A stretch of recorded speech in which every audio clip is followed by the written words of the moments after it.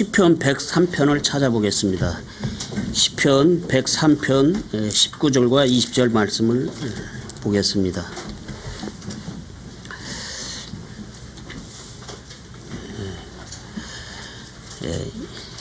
읽겠습니다. 주께서 자신의 왕좌를 하늘들에 예비하셨으므로 그분의 왕국이 모든 것을 다스리는도다. 능력이 뛰어나고 그분의 말씀의 음성에 귀를 기울여 그분의 명령들을 행하는 주의 천사들아, 너희는 그분을 찬송하라. 오늘 아침에 우리 공부하게 될 주제는 하나님의 섭리에 대해서 좀 알아보겠는데요. 보이지 않는 세계와 보이는 세계의 모든 존재를 창조하신 하나님께서는 지금 하늘의 왕자에 앉아 계셔서 모든 창조물들을 다스리고 계십니다. 그리고 하나님의 천사들은 자신들에게 부여된 하나님의 명령을 받들어서 이 창조 세계에서의 임무를 수행하고 있습니다. 하나님께서는 이 창조 세계를 단순히 창조하시고 보존하시고만 계시는 것이 아니라 절대적인 주권으로 통치하고 계시는 것입니다. 하나님의 이 절대 주권적인 통치를 하나님의 섭리라고 하는데요. 하나님의 섭리하심의 증거에는 다음과 같은 증거가 있습니다. 첫째로는 모든 창조물들의 그 증거가 있으며, 둘째로는 성경에 기록된 하나님의 말씀에 증거가 있습니다. 그런데 지금은 하나님께서 셋째 하늘에서 통치를 하시기 때문에 그것이 사람들의 눈에는 이렇게 드러나 보이지 않지만 곧 예수님께서 다시 오셔서 그 구멍난 손으로 철장을 쥐고 예루살렘에서 직접 통치를 하심으로 하나님의 통치하심을 만천하에 드러내 보이실 것입니다. 그러면 하나님의 섭리하심에 대해서 성경을 통해서 살펴보겠습니다. 하나님께서는 이 자연계를 통치하고 계십니다. 우선 다음의 구절들을 쭉 찾아보겠습니다. 그래서 욥기 37장을 보겠습니다.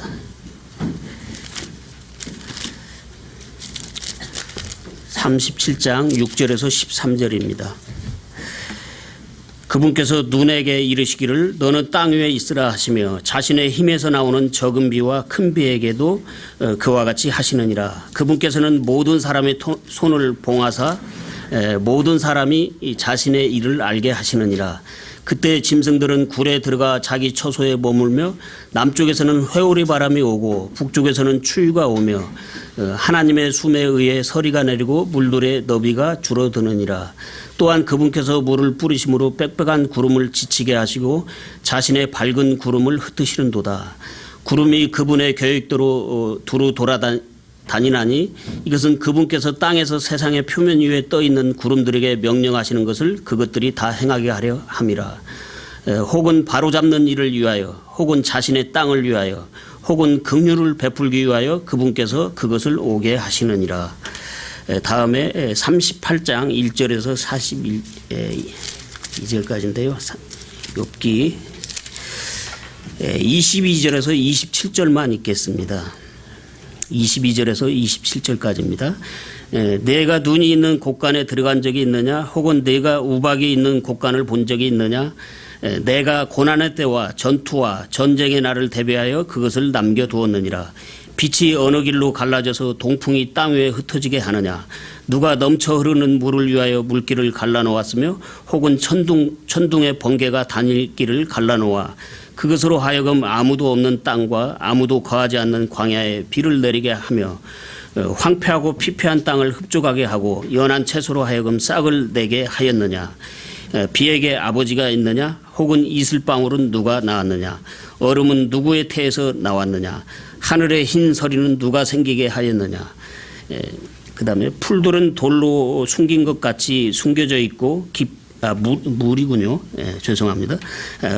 물들은 돌로 숨긴 것 같이 숨겨져 있고 기품의 표면은 얼어 있느니라. 여기 30절까지 읽었네요. 다음에 시편 104편을 읽겠습니다. 오늘 좀 찾아볼 구절이 많아서 좀 달려가야 될 것 같습니다. 시편 104편 14절입니다. 그분께서 가축이 먹을 풀과 사람이 쓸 채소를 자라게 하시며 땅에서 음식이 나게 하시되. 여기까지 읽어봤습니다.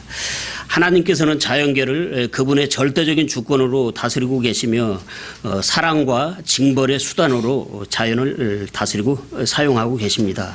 그래서 좋은 날씨를 주셔서 풍성한 수확을 얻게 하심으로 풍요를 안겨주시기도 하시지만 또 가뭄이나 홍수나 지진이나 이상기후 등 자연계의 물리력을 동원하여 징벌을 가하기도 하시는 것입니다. 그러므로 사람이 자연의 재앙을 당할 때에는 삶에 있어서 잘못된 것은 없는지 스스로 돌아보고 회개함으로 겸비해야 합니다. 욥기 9장 5절에서 6절을 보겠습니다. 욥기 9장, 욥기하고 시편의 말씀을 좀 많이 보게 되시는데요. 그러한 하나님께서 다스리는 그러한 구절들이 많이 있습니다. 6기 9장 5절과 6절을 읽겠습니다. 그분께서 산들을 옮겨도 그것들이 알지 못하나니 그분께서 분노하사 그것들을 뒤엎으시는도다. 그분께서 땅을 흔드사 그것의 자리에서 떠나게 하시니 땅의 기둥들이 떠는도다.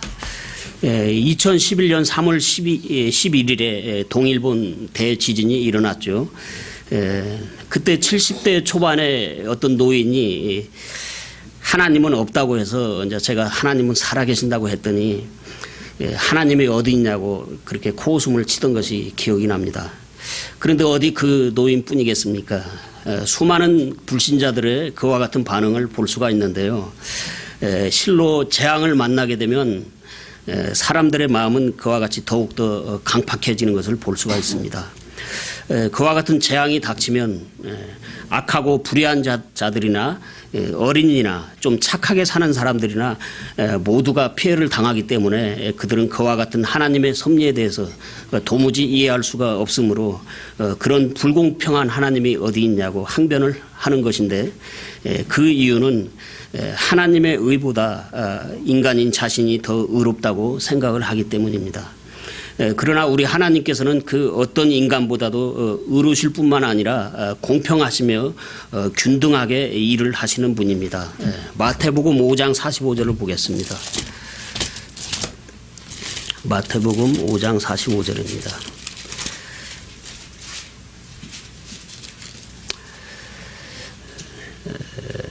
중간부터 읽겠습니다.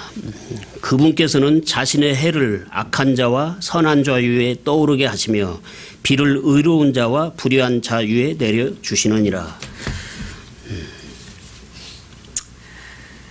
예수님께서는 악한 자와 선한 자, 의로운 자와 불의한 자를 대비시켜서 말씀하시고 계시는데요. 그러므로 만약에 하나님께서 해를 선한 자 위에만 떠오르게 하시며 비를 의로운 자에게만 내려주시면 이 세상이 어떻게 되겠습니까? 해도 없고 비도 없는 악한 자들이 농사를 지을 수 있게 되겠습니까? 그렇게 되면 악한 자들과 불의한 자들은 선한 자들의 것을 탈취하지 않고는 살 수 없기 때문에 일찌감치 이 세상은 선하고 의로운 자들이 살 수 없는 지옥에 버금가는 그런 세상으로 변해버렸을 것입니다. 자연계에 대한 우리 하나님의 섭리하심은 인간이 기대하는 것 이상으로 의롭고 공평하게 시행되고 있음을 알아야 합니다. 인간이 이해하지 못할지라도 하나님께서 하시는 일들은 항상 옳습니다. 이러한 창조세계의 구조 속에서 하나님께서 불의한 자와 악인에게도 해와 비를 주시는 것은 선하고 의로운 사람들을 보호하시기 위함이며 악하고 불의한 자들도 육체의 생명을 보존받고 있는 동안에 복음을 듣고 믿어서 선하고 의로운 사람이 되기를 기다리고 계시기 때문입니다. 그래서 자연계에 대한 이와 같은 하나님의 섭리는 그 원리에 따라서 우리 인간의 사회에도 그대로 똑같이 적용이 되고 있습니다. 뿐만 아니라 하나님은 동물계에 대해서도 통치를 하고 계십니다. 다시 욥기 12장을 보겠습니다. 욥기 12장 10절인데요. 모든 생물의 혼과 모든 인간의 숨이 그분의 손에 있느니라. 다음에 시편 104편 21절에서 29절을 보겠습니다. 시편 104편 21절에서 29절입니다. 젊은 사자들이 자기들의 먹이를 쫓아가며 울부짖고 하나님께 자기들의 먹을 것을 구하다가 해가 뜨면 함께 모여 자기들의 굴 속에 누우며 사람은 자기 일로 나아가 저녁까지 수고하는도다. 오 주여, 주께서 행하신 일들이 어찌 그리 많은지요. 주께서 지혜로 그것들을 다 만드셨사오니 주의 부요하심이 땅에 가득하니이다. 이 크고 넓은 바다도 그러하오니 그 안에는 기어다니는 것들 곧 작고 큰 짐승이 무수하나이다.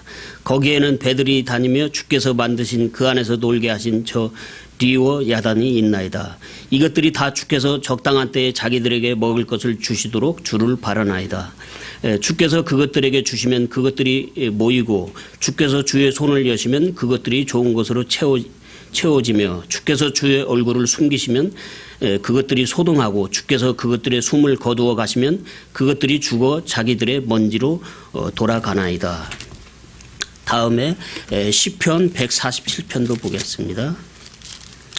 시편 147편 8절과 9절 말씀입니다. 불과 우박과 눈과 수증기와 그분의 말씀을 성취하는 폭풍과 산들과 모든 작은 산과 열매 맺는 나무와 모든 백향목과. 자, 그 다음에 마태복음 6장 26절을 보겠습니다.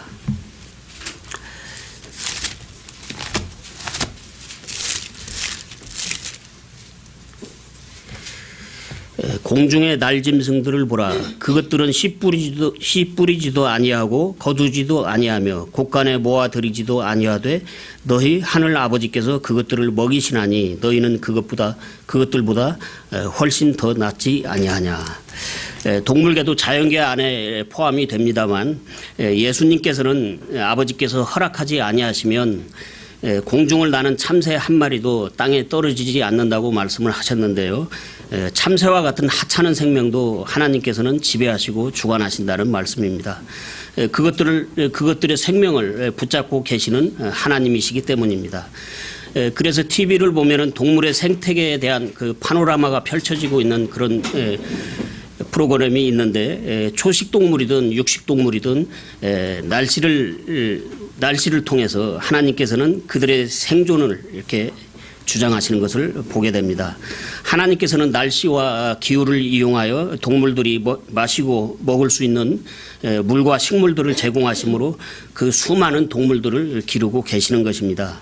하나님께서는 땅과 바다와 하늘에서 먹이 활동을 하는 모든 동물들을 때에 따라서 먹이실 뿐만 아니라 그들의 옷으로 입히시며 또 그들이 호흡할 수 있도록 숨을 주심으로 모든 동물들의 생사를 주장하시는 분이십니다. 이 생태계에서 그 수많은 동물들을 참 우리가 헤아릴 수도 없을 만큼 그 많은 동물들을 기르시는 우리 하나님의 능력이 얼마나 큽니까? 저는 강아지를 한 마리 애완견을 기르고 있는데 한 마리 기르는 것도 상당히 번거롭습니다. 하나님의 능력과 한번 비교해 보시기 바랍니다. 다음에 하나님은 지구상의 여러 나라에 대한 통치를 하고 계십니다. 먼저 사도행전 17장을 보겠습니다. 사도행전 17장 26절입니다.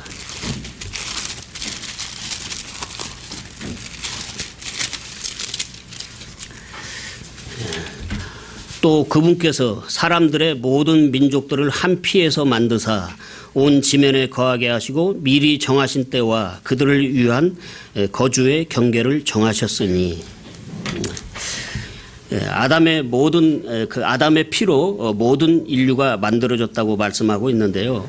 태아가 생성될 때에 어머니의 피가 한 방울도 아기에게는 전달되지 않는다는 사실을 알게 되므로 하나님의 지혜가 또 입증되고 있는 말씀입니다. 그런데 근래에 이르러서는 그 어느 때보다도 민족들이 서로 섞이며 거주의 경계를 넘나드는 지구촌 시대가 되었지만 그래도 국가 간을 여행하려면 당사국의 비자를 받아야 하고 또 입국 허가를 받아야 하는 조금은 번거로운 그런 절차를 밟아야 합니다. 모두 다 하나님께서 각 나라들의 경계를 정해놓으셨기 때문입니다. 그래서 우리 하나님은 분리하시고 구별하심으로써 창조 세계의 질서를 통해서 그러한 질서를 통해서 영광을 받으시는 하나님이십니다. 그래서 하나님께서는 그분의 선하신 목적에 따라서 나라들을 일으키기도 하시며 또 역사의 뒤로 사라지게도 하시는 것입니다. 다 함께 다니엘서 2장 37절을 보겠습니다. 다니엘서 2장 37절과 38절입니다.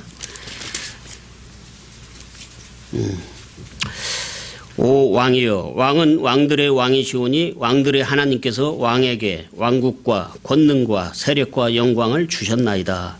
사람들의 자녀들이 어느 곳에 거하든지 그분께서 들의 짐승들과 하늘의 날짐승들 곧 그것들을 왕의 손에 주시고 왕은 그 모든 것을 다스릴 치리자로 삼으셨나니 왕은 이 금머리이니다. 다음에 몇 장 넘겨서 다니엘서 4장을 보겠습니다. 다니엘서 4장 23절에서 31절까지입니다. 왕이 보시니 한 순찰자 곧 한 거룩한 자가 하늘로부터 내려와 이르기를 그 나무를 베고 그것을 멸하라.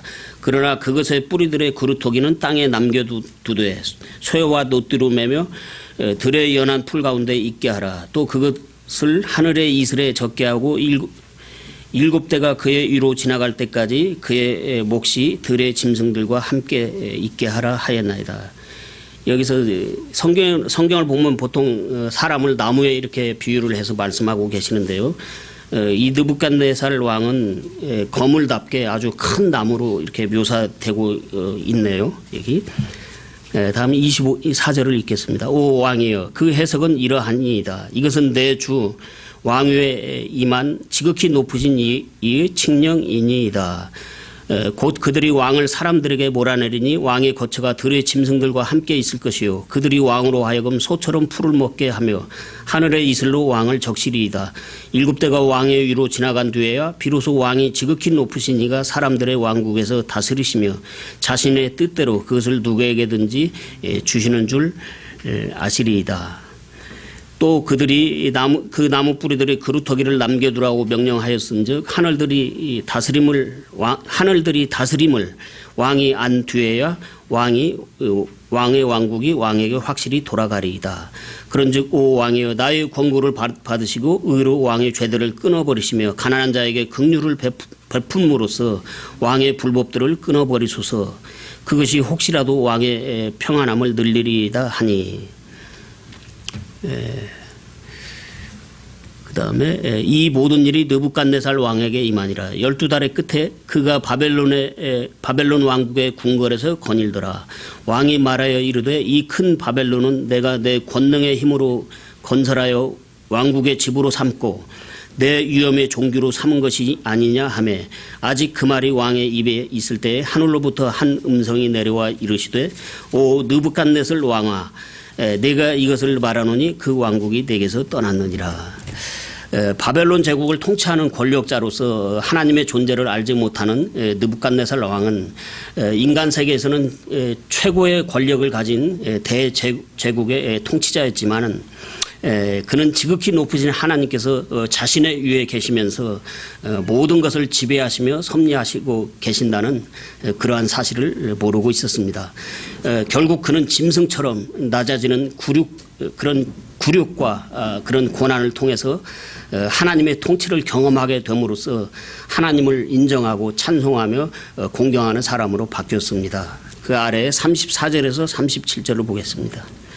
그 날들의 끝에 나 느부갓네살이 내 눈을 들어 하늘을 보매 내 지각이 내게로 돌아오니라. 내가 지극히 높으신 이를 찬송하며 영원토록 사시는 그분을 찬양하고 공경하였나니 그분의 통치는 영존하는 통치요 그분의 왕국은 대대에 이르는도다. 그분께서는 땅의 모든 거주민을 아무것도 아닌 것으로 여기시며 하늘의 군대 안에서든지 땅의 거주민들 가운데서든지 자신의 뜻대로 행하시나니 아무도 그분의 손을 멈추게 하거나 그분께 이르기를 당신이 무엇을 하나이까 하지 못하리라. 바로 그때 내 이성이 내게로 돌아왔고 또 내 왕국의 영광을 위하여 내 존귀와 광명이 내게로 돌아왔으며 내 조언자들과 내 귀족들도 나를 찾아왔고 내가 내 왕국에서 굳게 세워지며 뛰어난 위엄이 내게 더하여졌느니라. 이제 나 느부갓네살은 하늘의 왕을 찬양하며 칭송하고 공경하노라. 그분의 모든 일들은 진리이고 그분의 길들은 판단의 공의이니 교만 속에서 걷는 자들을 그분께서 능히 낮추시느니라. 다음은 이사야 10장 5절에서 6절을 보겠습니다.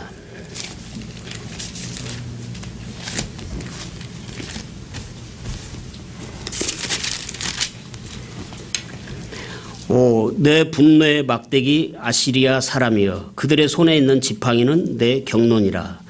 내가 그를 보내어 위선을 보이는 민족을 치게 하며 또 그에게 명하여 나의 진노의 백성을 쳐서 노략하고 탈취하게 하며 거리의 진흙같이 그들을 짓밟게 하리라. 하나님께서는 자신의 뜻을 이루시기 위해서 이웃의 다른 나라들을 일으켜서 징계의 회초리로 삼으시는 경우가 있습니다.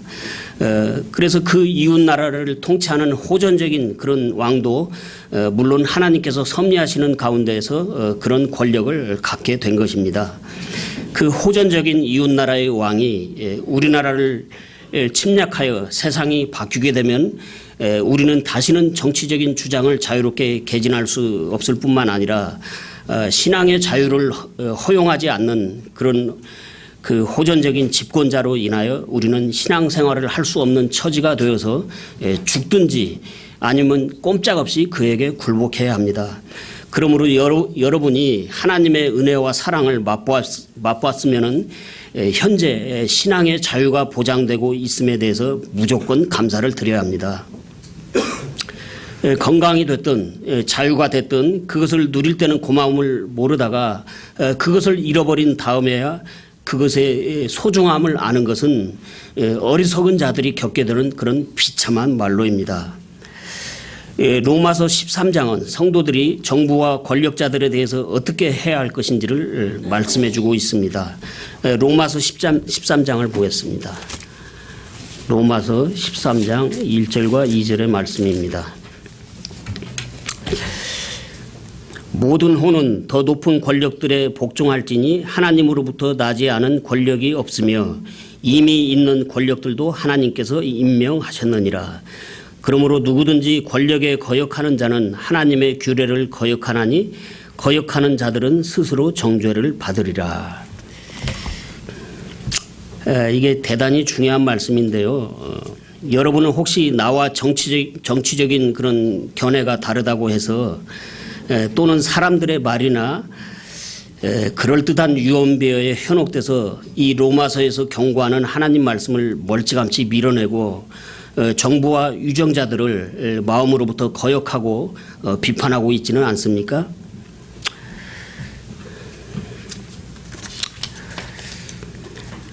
여러분이 진정으로 거듭난 성도라면 정부와 유정자를 비판하는 사람이 아니라 그들을 위해서 기도하는 사람이 되어야 합니다.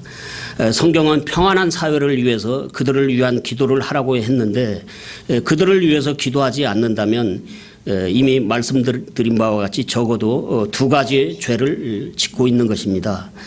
하나님께서 세우신 그런 유정자를 비판한 죄와 그들을 위해서 기도하지 않는 죄입니다. 비판하는 성도는 기도의 골방에서 결코 기도하지 않기 때문에 하나님 말씀이 금하고 있는데도 아랑곳하지 않고 핏대를 세우며 정부와 유정자들을 향하여 비판을 하는 것입니다.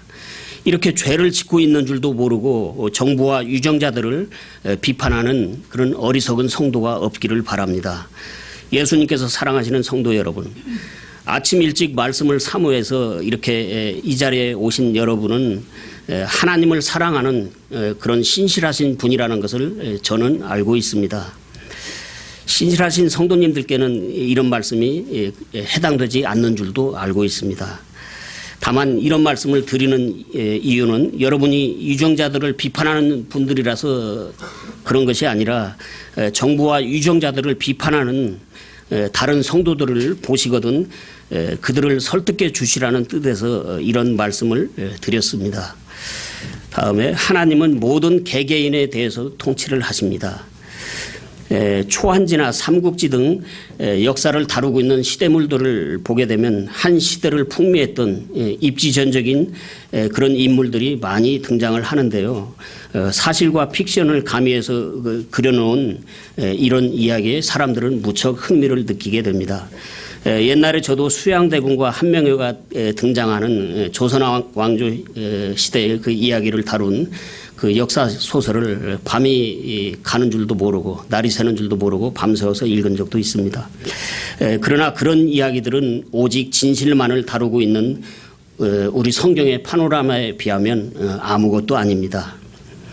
그리고 그런 이야기들은 우리의 개개인의 운명과도 아무런 상관이 없습니다.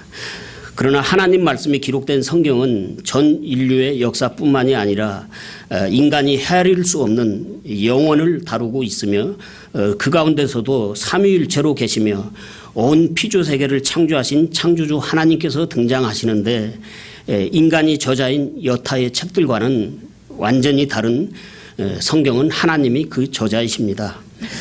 오직 우리의 하나님이신 예수 그리스도를 주인공으로 그려놓은 최고의 진실을 다루고 있는 책이 바로 성경입니다. 인간의 생사화복을 주장하시며 인간의 혼과 몸을 지옥에 멸하기도 하는 그런 창조주 하나님이 계시다는 사실을 성경은 말해주고 있기 때문에 성경이 무엇을 말씀하고 있는지에 대해서 모든 사람은 반드시 귀를 기울여야만 합니다. 인류의 모든 역사를 다루고 있는 성경에는 이루 헤아릴 수 없을 정도로 많은 인물들이 나옵니다. 그들은 하나님께서 통치하시는 섭리에 따라서 자기 때 세상의 무대에 잠깐 등장하여 자기의 영광을 잠시 누리다가 곧 세상의 무대에서 사라져서 어디로 가는지 성경에는 그들의 혼이 가 있는 그 영원한 장소가 기록되어 있습니다. 다음에 공중을 나는 한 마리 참새의 죽고 사는 것도 주장하시는 하나님께서는 인간 개개인의 출생과 생애 전반을 통치하고 계십니다. 시편 139편을 보겠습니다.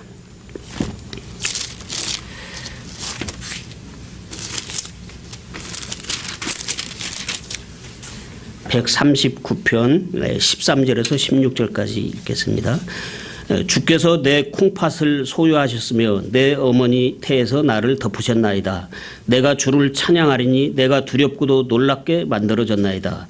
주께서 행하시는 일들이 놀라움으로 내 혼이 그것을 매우 잘 아나이다. 내가 은밀한 가운데 만들어지고 땅의 가장 낮은 부분들에서 묘하게 꾸며졌을 때 나의 실체가 주께 숨겨지지 아니하였나이다. 주의 눈이 아직 불완전한 나의 실체를 보셨으며 계속해서 형성된 나의 모든 지체들이 주의 책에 기록되되 그것들 중에 아직 하나도 존재하지 않았을 때에 기록되었나이다. 다음에 예레미야 1장 보겠습니다.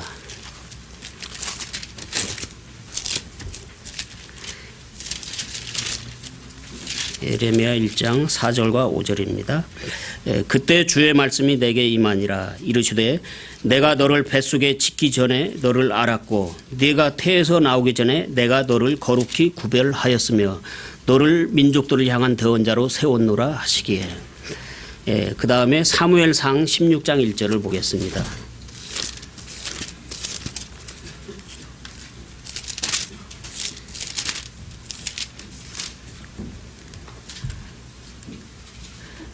주께서 사무엘에게 이르시되 내가 이미 사울을 버려 이스라엘을 통치하지 못하게 하였거늘 네가 어느 때까지 그를 위하여 애국하려느냐.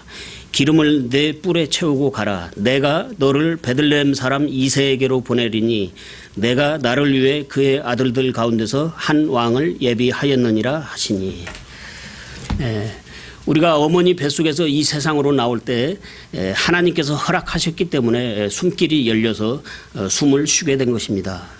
그것에 대해서 저는 좀 특별한 경험이 있는데요. 물론 제가 기억할 수는 없지만 제가 태어날 때 저는 가사 상태로 이렇게 태어났다고 합니다. 그래서 해산을 돕기 위해서 이웃집 아주머니가 와 있었고 아버지가 산파를 데리고 왔었다고 합니다.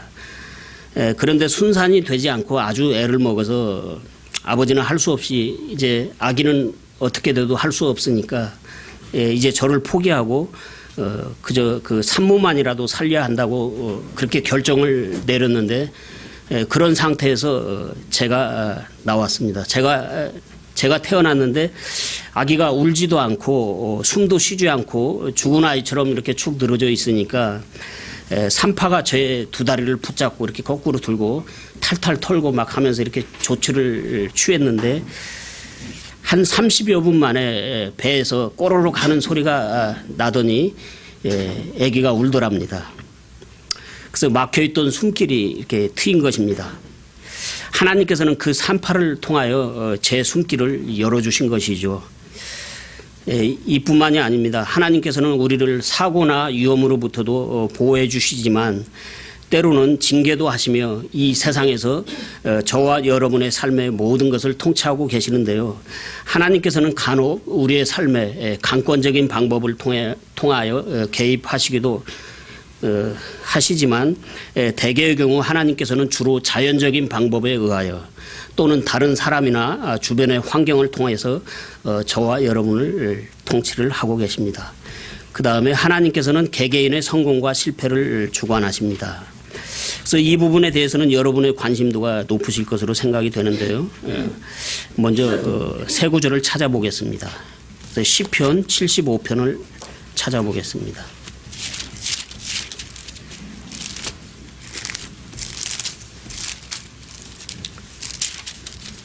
75편 6절과 7절입니다. 높이는 일은 동쪽에서나 서쪽에서나 남쪽에서 나오지 아니하며 오직 하나님께서 재판장이 되시나니 그분께서 한 사람을 낮추시고 다른 사람을 높이시느니라. 그 다음에 누가복음 1장 51절에서 53절입니다.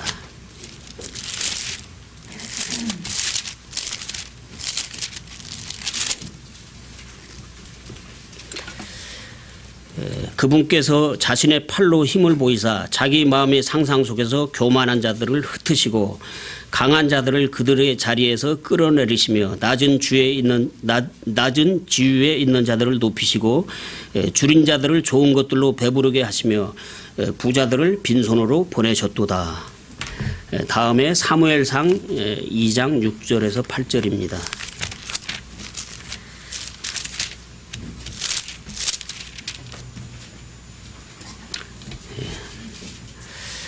제가 읽겠습니다. 주께서는 죽이기도 하시고 살리기도 하시며 무덤으로 내려가게도 하시고 올라오게도 하시는도다.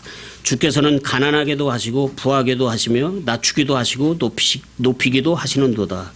그분께서 가난한 자를 먼지에서 일으키시며 거지를 거름더미에서 들어올리사 통치자들 가운데 앉게 하시고 또 그들이 영광의 왕자를 상속받게 하시나니 이는 땅의 기둥들이 주의 것이요 또 그분께서 그것들 위에 세상을 세우셨기 때문이라. 하나님께서는 창조 세계의 주체가 되는 인간들을 향하여 특별한 관심을 가지시고 인간들의 삶에 관여하고 계십니다. 그분의 계획에 따라서 인생의 낮과 밤을 주관하시는 하나님께서는 인생의 명암과 계절이 있게 하심으로 인생의 희로애락을 주장하고 계십니다. 하나님께서 그와 같이 사람들을 다루시는 것은 인생들로 하여금 교만한 마음을 낮추고 하나님을 경외하게 하려 하시기 때문입니다. 그러한 하나님의 섭리로 인하여 옛날이나 지금이나 인생의 우여곡절을 겪으면서 롤러코스터를 탄 사람들이 수도 없이 많이 있습니다. 그것이 시편 107편에 아주 적나라하게 기록되어 있는데요. 하나님께서 이스라엘을 다루시고 있는 말씀이지만 이러한 하나님의 방법과 원리는 우리 개개인에게도 그대로 적용이 되고 있습니다. 다 함께 시편 107편을 보겠습니다. 시편 107편에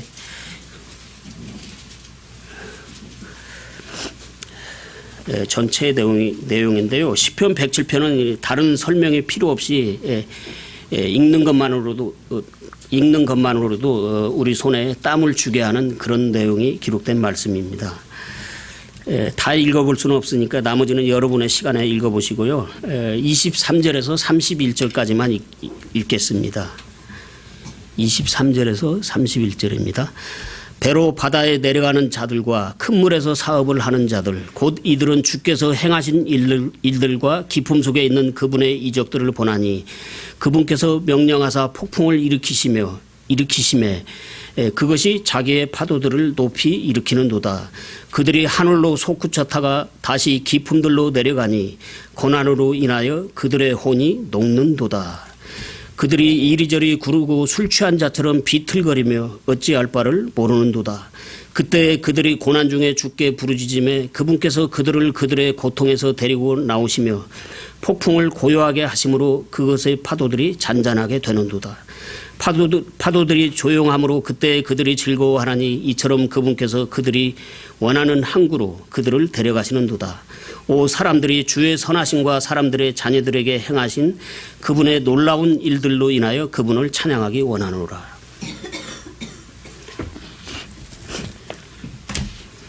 어떻습니까? 이런 하나님을 두려워하며 공경하는 저와 여러분이 되어야 하겠습니다. 하나님께서는 어쩌면 우연적이거나 또는 무의미한 것 같은 일들도 주관을 하십니다. 그래서 열왕기상 내용인데요. 이것은 성경을 찾아보지 않겠습니다. 이세벨과 아합 왕에 대한 이야기인데요. 여러분은 악명 높은 이세벨과 그녀의 남편 이스라엘 왕 아합의 죽음이 우연이거나 혹은 사람의 뜻에 의한 것이라고 생각을 하시는지요? 우연히 아합이 전장에 이렇게 참여를 했는데 우연히 어떤 사람이 활을 쏘니까 그 화살이 하필이면은 갑옷의 그 이음새 그 솔기를 파고들어서 아합을 이렇게 적중을 시키게 된 그런 본문인데요. 사람들의 눈에는 우연인 것처럼 보일지라도 그것은 하나님의 그 필연적인 개입이 있었기 때문인 것입니다. 그래서 인간의 행위대로 보응하시는 하나님은 그 아합의 피를 개들이 핥게 하였으나 그보다 더 악한 그 이세벨은 그 몸뚱이는 그 두개골과 발과 손바닥만을 남긴 채로 모조리 개들로 하여금 먹어치우게 했습니다. 그래서 이 얼마나 정확하고 철저하게 그들의 행위대로 응징하시는 하나님이십니까? 속이 후련하면서도 좀 두렵지 않습니까? 우리 하나님께서는 이 악한 자들을 인생의 무대에서 그만 내려오게 하시기로 결정을 하고 하나님의 뜻대로 이를 수행하는 어떤 영에게 아합을 제거하도록 승인을 하셨습니다. 그러므로 보이지 않는 영적 세계에서 이루어지는 일들의 결과를 현실 세계에 있는 우리는 좀 늦게 보게 되는 것입니다. 이렇게 때에 따라서 하나님께서는 자신이 개입하고 계심을 드러내기도 하시지만 대체로 자신을 드러내지 않으시고 조용하게 일을 하시기를 좋아하십니다. 하나님께서는 인간의 역사를 그분의 섭리 가운데로 이끌어 가시기 위해서 거짓말을 하는 영도 그분의 뜻대로 부리시는 전능하신 하나님이십니다. 그래서 오늘 찾아보지는 않았는데요. 열왕기상 그 22장을 보시게 되면 한 거짓말하는 영이 하나님 앞에 나와서 자기가 거짓말하는 영이 되어서 이 아합을 이렇게 멸망케 하겠다고 이렇게 하나님께 요청을 하자 하나님께서는 그것을 승인을 하신 것을 보게 됩니다. 그래서 이런 그 거짓말하는 이런 영도 하나님께서는 자신의 뜻대로 부리시는 그런 두려우신 하나님이십니다. 그 다음에 하나님께서는 백성들의 모든 필요를 공급하시며 주관하십니다. 그래서 예수님께서는 공중을 나는 새들과 들의 백합화도 먹이고 입히시는 하나님이심을 말씀하셨는데요. 그런 아버지께서 우리를 돌보시고 필요를 공급하시니 염려하지 말라고 하시며 우리는 그것들보다 더 낫게 먹이고 더 잘 입히시겠다고 말씀을 하셨습니다. 그래서 그것들보다 우리가 낫지 아니하느냐 예수님이 반문을 하셨죠. 그래서 경제적으로 어려움을 겪고 계시는 성도님들은 힘든 시간을 보내고 계실 줄 압니다. 그러나 예수님께서 하신 이 말씀은 진실입니다. 그래서 여기 공중을 나는 새들과 더 못한 것으로 먹고 들의 백합화보다 더 못한 것으로 입고 계시는 그런 사람이 있습니까? 진지하게 한번 생각해 보시기 바랍니다. 그리고 하나님께서는 구원받은 자와 구원받지 않은 자의 모든 인생살이를 주관하고 계십니다. 자, 시간 관계상 뭐 이제 마칠 시간이 다 됐는데요. 그래서 구절을 찾아보지는 않겠습니다만. 그래서 우리 인간은 하나님의 완전한 그런 통치하에 있습니다. 그런데 여기서 칼빈주의자들은 옳다구나 그러면 하고 하나님의 절대 주권을 강조하면서 곁길로 빠지겠죠.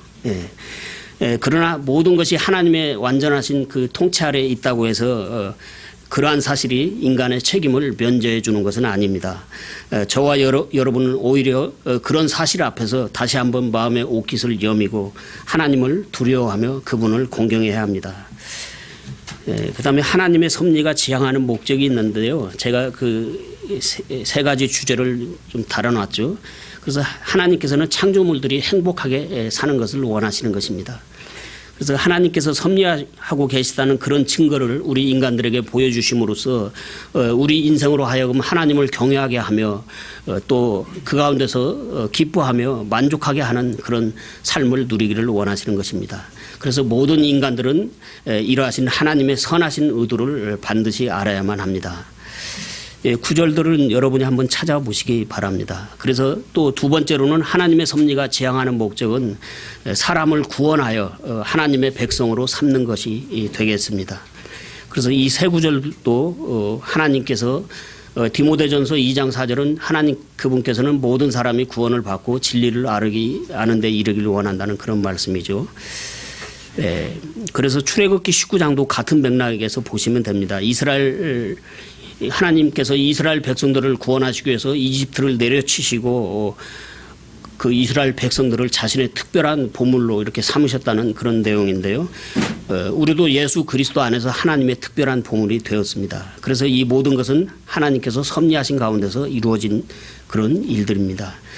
그리고 이 마지막으로 하나님께서는 자신의 영광을 위해서 이 섭리를 하고 계십니다. 이 구절만 찾아보고 우리 마치도록 하겠습니다. 이사야서 48장 11절입니다.